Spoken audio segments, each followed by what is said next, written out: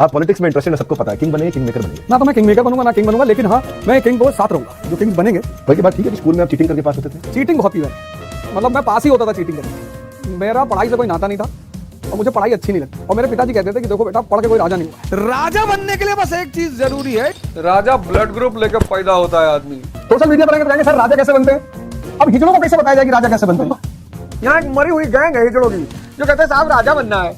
और ये हिजड़े बड़े होकर पूछ रहे हैं कि सर राजा कैसे बने, जब तुम्हारा अम्मा ना बता पाई जो तुमको बचपन से राजा राजा कह रही थी। भाई दुनिया में सबसे ज्यादा बनने की जो चाहत है वो राजा की है। राजा बनने के लिए बस एक ही चीज का विकास जरूरी है, चंबल की डकैती और अवध होजा की बकैती। क्या बात है सर, क्या बात, ये बात है। हम तो इलेक्शन लड़ेंगे कभी नहीं जीतेंगे, मुझे पता है। पैर ना छूने जाएंगे किसी आदमी का, तुम्हारे लिए काम करने जाए तुम्हारा पैर भी छूने जाए। तुमको वोट देना हो दो, नहीं तो भाड़ में जाओ। हम तो नहीं लड़ सकते चुनाव इस देश में, हम -40 वोट से हार जाएंगे। पैर तो ना छुएंगे किसी का जाके, तुम वोट दो चाहे भाड़ में जाओ, पैर छुएंगे। ये सब दोगला। मैं आपसे बार बार कहता हूं, अगर बड़ा बनना है तो बकैती को अपना सिद्धांत बना लो। राजा का शिक्षा से कुछ भी लेना देना नहीं है। मेहनत करने से कुछ नहीं होगा, रिक्शा वाला बहुत करता है, इससे कुछ नहीं होगा। मेहनत तो रिक्शा वाले करते हैं, मेहनत तो रिक्शा वाले भी करते हैं, और मेहनत से कुछ नहीं मिलता। बहुत लोग कहते हैं मेहनत से सब कुछ मिलता है, रिक्शा वालों को मिला ही नहीं। मेहनत करने से कुछ नहीं मिलता, रिक्शा वाला उसका सबसे बड़ा एग्जाम्पल है। ये क्या है? सीधा पॉइंट पे आ जाता हूँ, चुनाव लड़ रहे हैं आप? हाँ बिल्कुल चुनाव लड़ रहे हैं। कई सारी पार्टियों में बात भी चल रही है। चुनाव मुझे लड़ना है, और अगर टिकट जो भी पार्टी दे देगी उसकी तरफ से लड़ जाएंगे। मेरा ये नहीं कि मैं जाके किसी से कहूंगा मुझे दे दो, जो पार्टी दे देगी मैं लड़ जाऊंगा। मेहनत अगर उचित दिशा में नहीं की जाएगी तो उसका परिणाम कभी नहीं मिलेगा। बड़ा सोचो और बड़ी बड़ी बातें करो। और अगल बगल वाले जो कह रहे हैं सफाई किसी को नहीं देनी, अच्छे बनने की कोशिश मत करना। कभी अपने आप को कुछ साबित मत करना कि मैं झूठा नहीं हूं, मैं झूठा ही हूं। Oh my God! Wow! तो आगे कोई आपका ऐसा प्लान है कि आप पॉलिटिक्स में जाएं? मेरा ऐसा कोई सपना नहीं है। मैं अपना स्कूल चलाना चाहता हूँ, जो पॉसिबली मैं 2023 में शुरू करता हूँ। हम इलेक्शन लड़ने जाएंगे? हम नहीं लड़ेंगे, हम गाली देंगे। बड़ी गंदी आदत है हमारे देश के लोगों की, कुछ आदतें बड़ी खतरनाक है। किसी का भी पैर छू लेंगे, इलेक्शन के टाइम में गाय का पैर छू लिया जाके, किसी का भी पैर छू लिया जाके। जिसको विवेक और धैर्य मिला वो अब्राहम लिंकन बन जाएगा, वो बुद्ध बन जाएगा, महावीर बन जाएगा, नरेंद्र मोदी बन जाएगा। क्या बोला तूने? बन जाएगा, नरेंद्र मोदी बन जाएगा। और जिंदा दिमाग कहीं भी होगा, कलाम होगा, बाबा रामदेव होगा, मोदी होगा। इस 1 अरब 30 करोड़ के देश में एक समान परिवार का व्यक्ति बाहुबलियों का देश है। जैसे मोदी है आज, तो अखिलेश यादव, राहुल गांधी, ये सब राजा के बेटे हैं। तो चूंकि ये राजा के बेटे हैं तो they think that they are born to be the prime minister of India. ये तो राजा के बेटे हैं, वो तो एक आम आदमी का बेटा है। और भारत का प्राइम मिनिस्टर सेकंड राउंड, कुछ भी कर रहा हो, गलत कर रहा हो, आग लगा रहा हो, लेकिन है। इनको बड़ा दर्द हो रहा है। ये गांधी फैमिली, ये अपने आप को बॉर्न राजा मानते हैं इस देश का। राहुल गांधी, इनका बस चले तो क्राउन लगा लेंगे। 30 करोड़ अमेरिका में रहते हैं जो भारत से 5 गुना बड़ा है, और 25 करोड़ यूपी में रहते हैं जो भारत का हिस्सा है। इतनी बड़ी जनसंख्या वाले राज्य को संभालना वो योगी जी के बस की बात है। और जितना भला बीजेपी ने मुसलमानों का किया है उतना कोई नहीं कर पाएगा। मुसलमानों से पूछो क्यों नहीं वोट करते मोदी जी को? इस्लाम का दुश्मन है वो। कैसे? नहीं बस ऐसे। हाफिज जी बता रहे थे। नहीं कैसे, क्या किया इस्लाम के खिलाफ? नहीं कुछ किया नहीं है, पर दुश्मन है। नहीं क्यों दुश्मन है? नहीं वो हाफिज जी बता रहे थे। यार अरे कोई वजह बता दो, बचा रहे। क्या तुम्हें कोई राजा नहीं बनाएगा? राहुल गांधी इतने बड़े घर में पैदा हुए, इतने बड़े घर में, पूरी पार्टी, पूरा परिवार सब परेशान है किसी तरह इनको प्रधानमंत्री बना दे। मैं राहुल गांधी जी से बिल्कुल सहमत नहीं रहता हूँ। मैं तो कहता हूँ कि उनको राजनीति छोड़ देनी चाहिए और हमारी क्लास एक बार अटेंड करनी चाहिए हिस्ट्री की। अच्छा लग रहा, बोल अच्छा लगा, बोल। जो जूता पहन के हवन करते हैं उनको बताया गया कि भैया ऐसे नहीं, जूता उतार। तो भैया उनके एक बड़े करीबी आदमी उनसे कहा मैं मेरी हिस्ट्री क्लास में बिठा दो यार। वानी नहीं रहे, बुर्का पहना के बिठा दो।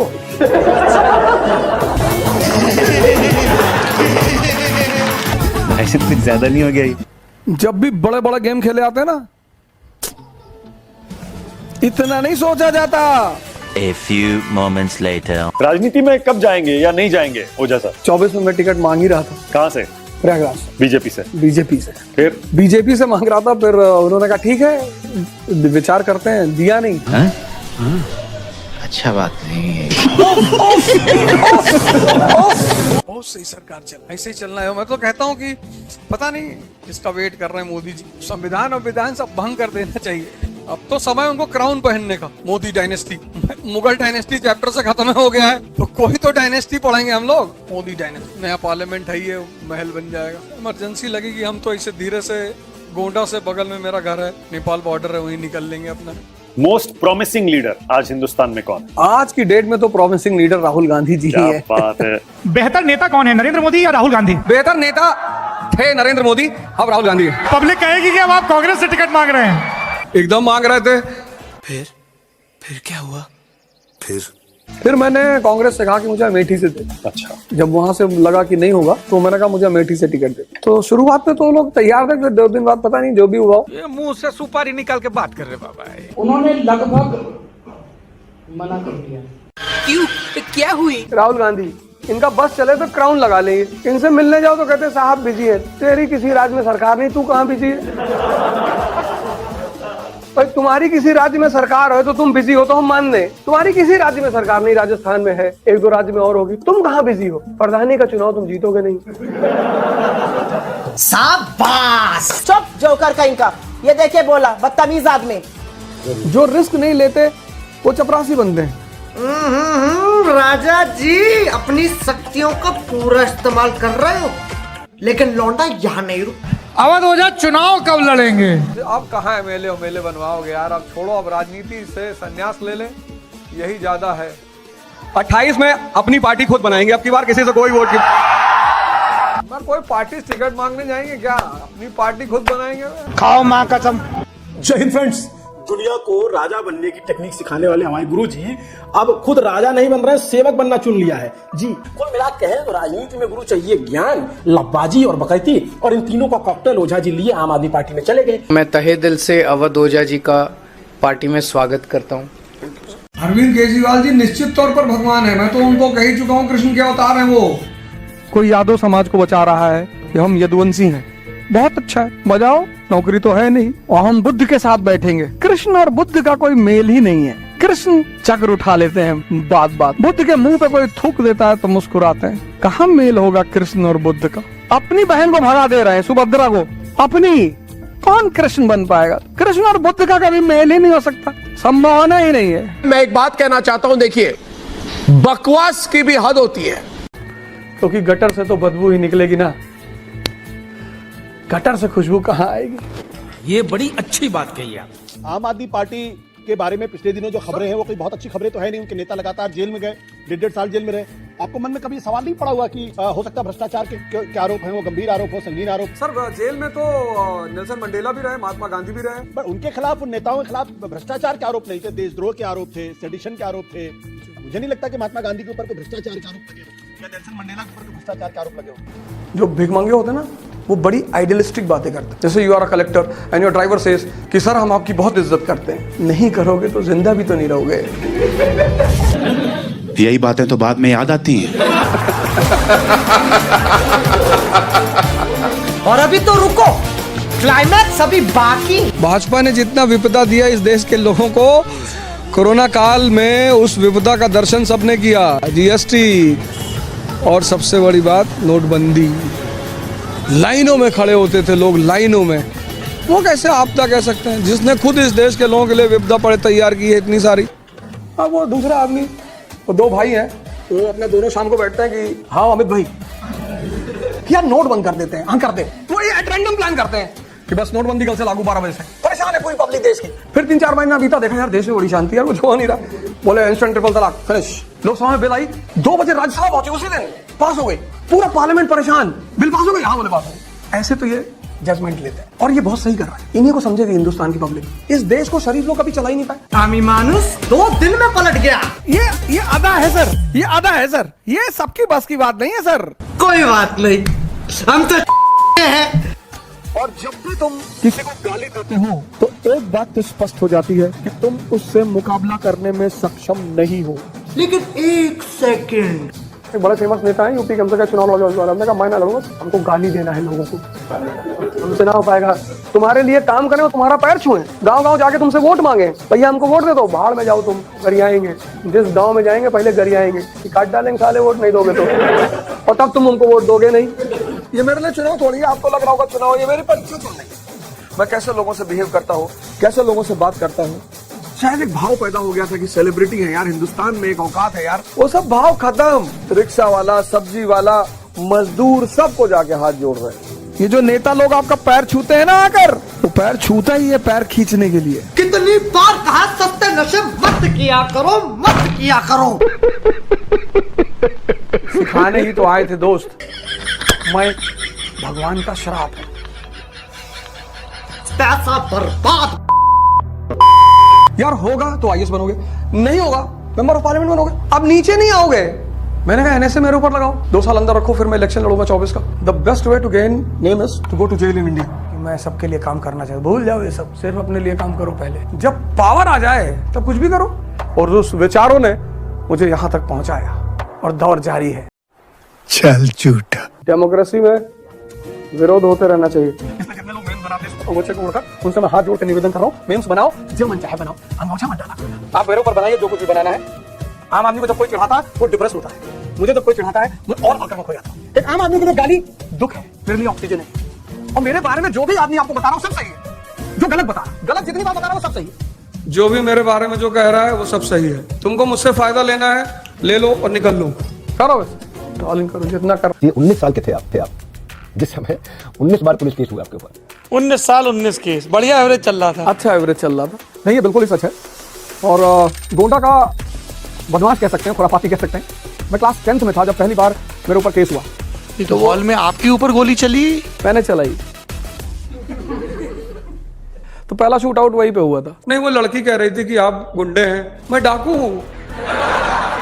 वो तो बेचारी बहुत छोटी बात कह रही थी। आप खुद एक दबंग रहे हैं, तो क्या आपके स्टूडेंट आपसे डरते हैं? नहीं डरने की जरूरत ही नहीं, मैं तो शिक्षक हूँ, शिक्षक से कौन डरता, प्यार करते बहुत। क्या मेरे खिलाफ जो बोलेगा उसको मैं परेशान करूंगा, ये बात वीडियो में जानी चाहिए। वो मैं कैसे भी करूंगा, वो तो मैं करूंगा, मजा आता है मुझे। मेम्स बनाते हैं ना, बड़ा उल्टा सीधा बनाते हैं, बहुत सारे लोग हमको भेजते हैं, ये देखिए सब आपके ऊपर बना रहे हैं। बनाने तो यार, इसी बहाने उनका जीवन चला, कुछ भी बनाओ। और जितने लोग बना रहे हैं उसमें से पहली बार जो सामने पड़ जाएगा तो भारत रत्न तो जरूर दिलवाएंगे। मैंने अपनी जिंदगी में किसी को माफ नहीं किया, किसी को भी नहीं। और दुनिया में 2 लोगों की आंखें बहुत खराब है, एक कोबरा की और एक अवध ओझा की। जिसको यहाँ बैठा लिया ना, उसको कब्र से खोद कर लाएंगे भारत रत्न दिलाने के लिए। बाहर मैसेज रहता है कि टीचर है, गलती से है, इससे चॉइस से थोड़ी है कि पढ़ने आए थे कि टीचर बनेंगे। इतने इतने टुकड़े में उठ के जाओगे, अवध ओझा से बदतमीजी मत करना। हम तो शौकिया टीचर है, पेशा तो कुछ और है हमारा। ये सब करता है तू, चीटिंग करता है तू। ध्यान करोगे धैर्य पैदा हो जाएगा। धैर्य और एक विवेक, धैर्य और दूसरा विवेक। धैर्य और विवेक, आज सब शिक्षित हो गए लेकिन बहुसंख्यक के पास विवेक ही नहीं है। क्या बात कर रहे हैं? इस्लाम की सबसे बड़ी देन है एनलाइटेंड एरिस्टोक्रेसी। इस्लाम की सबसे बड़ी राजनीतिक देन है एनलाइटेंड एरिस्टोक्रेसी। जो आदमी एनलाइटेंड होगा वो स्पिरिचुअल हेड होगा और वही पॉलिटिकल हेड होगा। पैगंबर हमारा कह रहा है, हमारा, वो हम सब के पैगंबर है, किसी खास विशेष के नहीं है। वो कहता पढ़ो। राजनीति में इस्लाम की सबसे बड़ी देन, राजनीति में नहीं पता, अभी बदत है भाई, अभी बदत है। तो इस्लाम जब हिंदुस्तान आया तो इस्लाम से बहुत लोग प्रभावित हुए, क्योंकि इस्लाम का सिद्धांत है इक्वालिटी। क्या मोची और क्या कलेक्टर। आप कभी इस्लाम की हिस्ट्री पढ़ो। यूरोप औरतें जलाई जा रही थी विच हंटिंग के नाम पे, विच हंटिंग। हिंदुस्तान सती प्रथा। चीन में तो लड़कियों को ऐसे ही मार डालते थे। पूरी दुनिया में अंधेरा, और उस अंधेरे में मोहम्मद साहब लैंप लेकर खड़े हुए। मुसलमानों पे एक आरोप लगता है कि यार ये जो तो बहन नहीं मानते किसी को, इनके में तो रिश्तों का संबंध ही नहीं है, इनके लिए तो भाईजान मतलब दिन में भाई रात में जान। अरे कितना गंदा आरोप है मुसलमानों पे। इस्लाम मतलब जिसके पास ईमान है उसके लिए दुनिया की सारी औरतें माँ के समान है, उसको रिश्ते की क्या जरूरत है। ओके मुंह झुका के से बैठ जाते हैं कि बताओ यार हमको गाली दे रहा है। अरे तो उठ के जवाब दो, समझाओ। क्या समझाओ? मोहम्मद का मतलब प्रशंसनीय। अकबर का व्यक्तित्व तो बड़ा मजबूत है, उसके पास इतनी अचीवमेंट है, इतनी अकबर के पास। अकबर जिस वक्त हिंदुस्तान की गद्दी पे बैठ रहा 1556, कुछ भी नहीं है sir.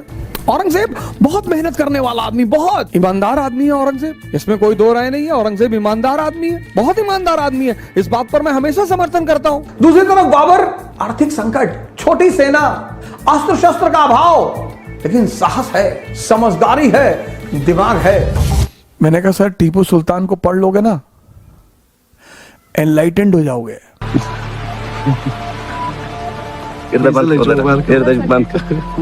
Forgiveness is the quality of God and I am not God. मैं जीसस क्राइस्ट का फॉलोअर नहीं हूँ, I am the son of God. No, मैं चंगेज खान का फॉलोअर हूँ, I am the scourge of God. Genghis Khan जिसको मारता था उसका कलेजा निकाल लेता था खाने के लिए, तो कभी जानवर का कलेजा नहीं खाया उसने। अरे बोला ये जेल में कितने लोग हैं? बोले साहब 23 लोग हैं, बोले निकाल लाओ। गिड़गिड़ाता था आदमी, अब नहीं करेंगे, बदतमीजी नहीं कर, बोले कर चुके हो बेटा।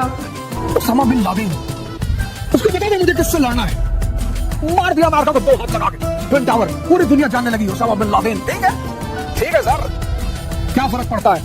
अमेरिका के घर में घुसकर यूनाइटेड स्टेट्स ऑफ अमेरिका को तमाचा मारना सर अचीवमेंट तो है सर। आदमी एक ही बार मारा, इसको बोलते हैं सपना। अफगानी बॉर्न वॉरियर, अमेरिका ने सर झुका दिया तालिबान के सामने। अभी की घटना आपने 6-7 दिन पहले न्यूज़पेपर में पढ़ा होगा। यार तुम तो धराधम फेंके जा रहे हो। ये बाबूराव का स्टाइल है, तू ले।